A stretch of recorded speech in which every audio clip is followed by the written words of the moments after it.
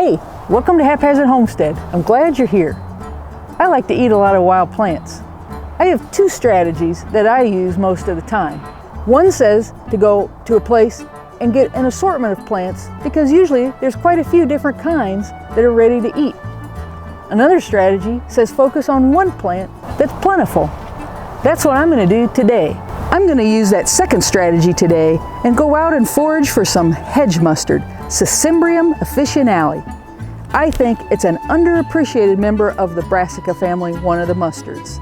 I like to use it when it's young in salads, I use it in soups, I use it in a lot of different ways, but every now and again I like to focus just on it. And that's what I'm going to go get today. So let's get going. Do you see it? Do you see it there? There it is. What is it? That's a hedge mustard. Nope, that's not a wild field mustard. That's the hedge mustard. We're going to go get some hedge mustard. All right? I think I'm in a place where there's a lot of it. Look at that. There's one there. Yeah, that's one right there. Can you see those right in there? Look. There's one. Can you see that? Yep. Can you see that? That's all hedge mustard. There's one there too, look at that. Can you identify that hedge mustard? If you get to know it, there it is.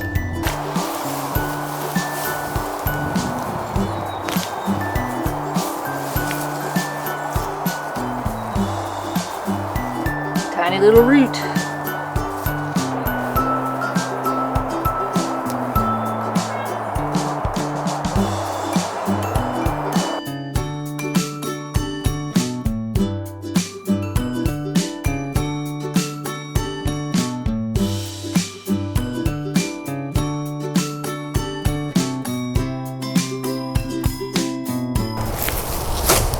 There, that's what I've got, right there.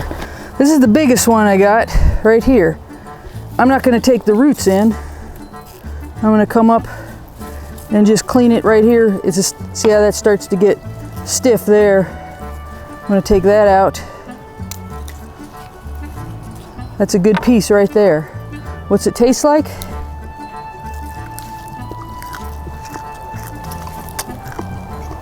It's just got a straight up greens flavor. I think it's probably too tough to eat just straight up like that. I put it on a sandwich. It's not hot at the front. It's got a little bit of heat at the back end. It's not hot yet. When it flowers, it's hot, but it's not hot yet. These are nice and lush. They're nice and lush because they're growing in the tall grass. They're a real advantage is the tall grass. That's flexible. See where it's not? Just cut it off where it's not flexible. What can you say? It's a pretty dull kind of mustard, isn't it? When it starts in the spring, it's in a basal rosette. It's got a nice groove here. It's got a nice groove right in this leaf all the way. There's no clasp around it like there is on the field mustard. I'll show you some for identification later in the year. But this is just right now, I'm just gonna get processing on this because I want to eat dinner and I got a video to put out for every day in April and a cat is in the way. Come on, cat. That's a big one right there. That's the granddaddy. That's the granddaddy. You can see it's going to go to flower pretty soon. How are these even in the top, huh? Tops are always nice and tender. There's a lot from one patch.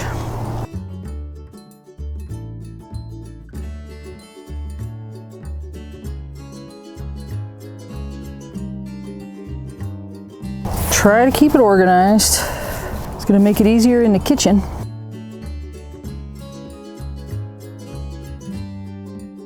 All right, I'm going to put that in the compost bin, all of that. And this, I'm going to take all that into the kitchen. I just cut all that up. That's a pretty good amount of greens, isn't it? How about that? Let's go in. Really rinse them off. Let them soak for a while. That makes it a lot easier. Then I'll drain it out and then I'll cook. I use hedge mustard when it's young in salads like you can see here. As it gets older, I put it in soups or just a pot of mixed greens. It's great as just adding depth and a lot of more complex flavors into the pot of mixed greens. But I do like to use it by itself too. And here's an example.